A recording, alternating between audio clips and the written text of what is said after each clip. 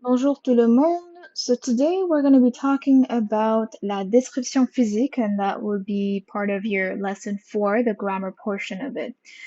Depending on when you're watching this video, if you're watching this video after, you know that we've already gone over the parts of the body in class, which is kind of important for you to know before describing that.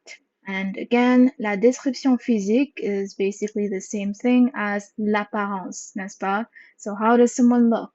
So today we'll be learning about what type of verb that we use and what type of adjective that we use in order to do that. Okay.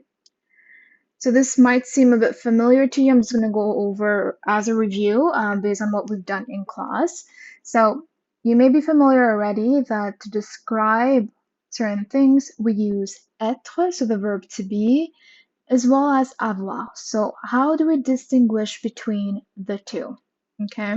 So if you're speaking about, si vous parlez de votre taille, taille en français c'est size, de votre silhouette, your figure, right? Are you slim? Are you a bit chubby, etc.? So that's about your figure. De vos cheveux, par exemple. De la couleur de vos cheveux. So are you blonde? Are you brunette, etc.? You're going to be using être followed by the to describe these three. Okay, for instance, je suis brune. N'est-ce pas? So if I am a brunette, I will say je suis brune. Tu es mince, right? You are slim. Elle est petite. She's small. Vous êtes musclé, right? Muscles. Tone, you are toned. Nous sommes chauves. Chauve is bald, right? So notice here that all of that characterizes your size, your figure, or the color of your hair.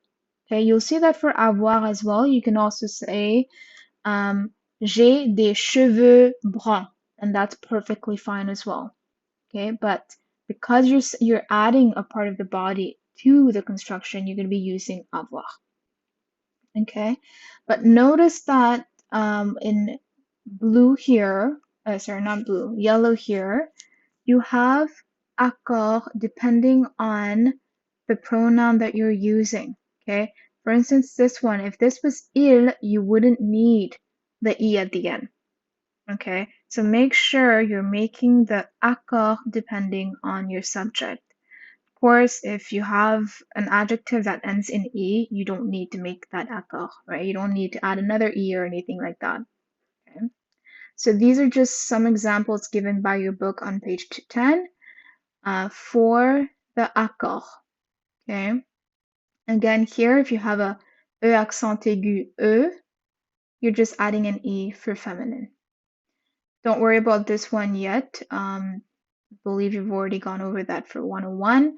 These are just all adjectives. And again, just to reiterate, this is only when you have être, right? So je suis brune, that you're doing the accord. Now, moving on to avoir.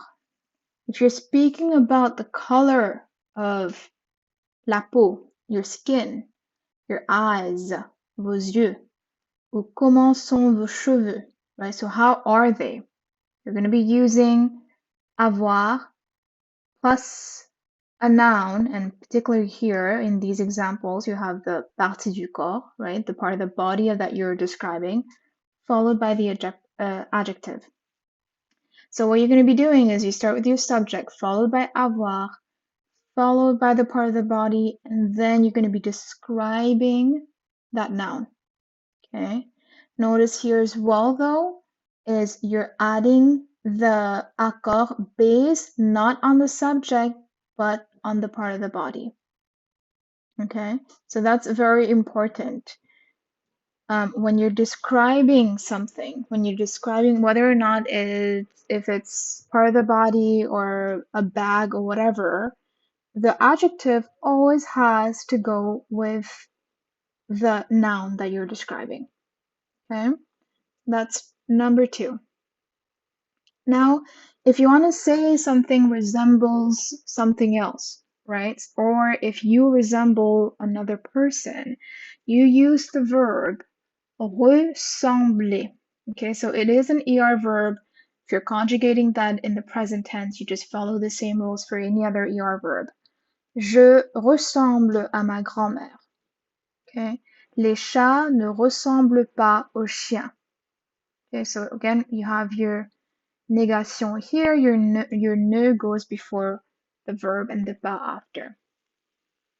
Now, if you want to say, I have the same hair as person X, for instance, right? You're not saying I resemble someone, but you have the same eyes as person X, for instance. So the way you'll say it is you'll use the construction même. Nous avons les mêmes cheveux souples. D'accord? And again, même will go with the noun that you're describing. So the reason why it's plural here is because, not because nous, but because cheveux is plural. Okay? So this is a good example where it differs. Okay? So ces jumelles, so these twins have the same nose. Okay? So I'm not saying ces jumelles ont les mêmes nez because you're saying, if I'm saying les mêmes nez, that means they have two noses, right? So these twins have the same nose, not the same noses. Okay, hopefully that makes sense. Moving on here, I just wanted to give an example of things that I could say about Lady Gaga, right? So how would I go about describing her? So let's take a look at her physique, right? La description physique. So something I could say is Lady Gaga a les cheveux blonds. Another way I could say that by using être is Lady Gaga est blonde, right?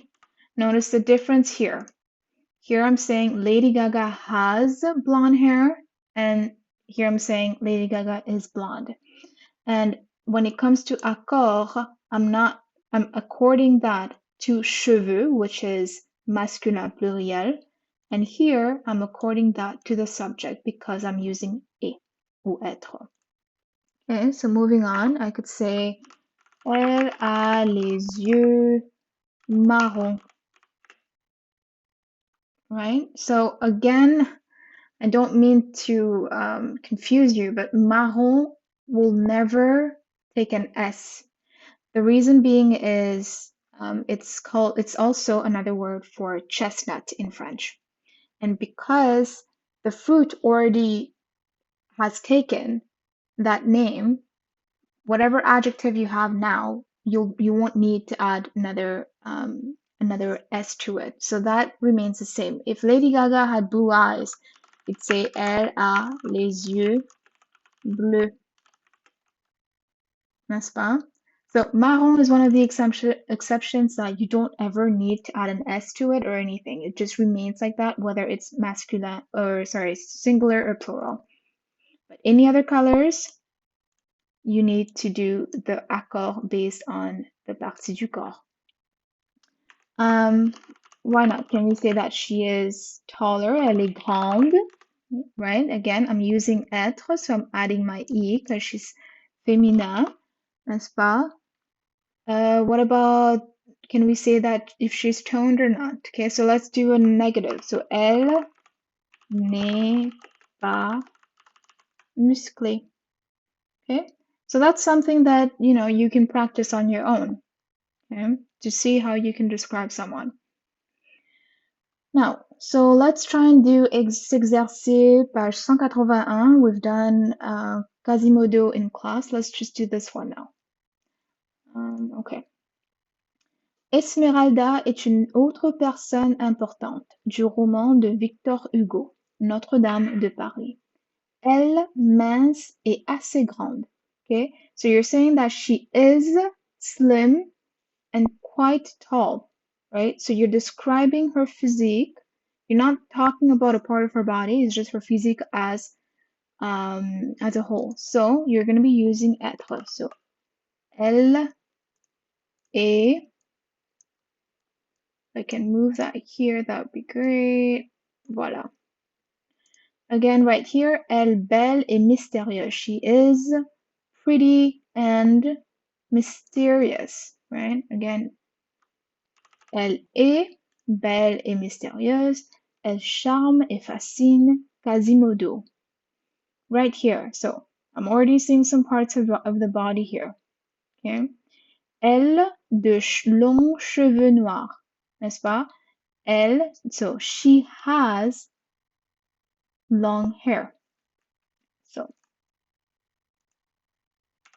avoir, donc elle a. Il, now you're describing the cheveux. Il, assez épais et bouclés. They are quite thick and curly, right? Are is être. Donc, ils sont assez épais et bouclés. Sa peau, now you're describing her skin. Est mate. Again, you're seeing parts of the body. Elle des yeux bleus comme l'océan. Donc, elle a. Oops, I should probably move that up.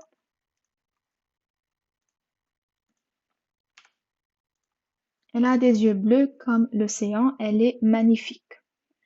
Okay, so hopefully that was helpful. Just one point to take away is it's pretty similar to English, right? So if you're describing someone in terms of the verb to be, and the same thing in French is going to be être. If you're describing someone with the verb to have, it's going to be avoir, right? Which is a pretty literal translation. Now, if you're describing the color of the hair, right, the color of the eyes is part of your body, that's another way to know that you're going to be using avoir. Okay, so hopefully that was helpful, and I'll see you next time for another video.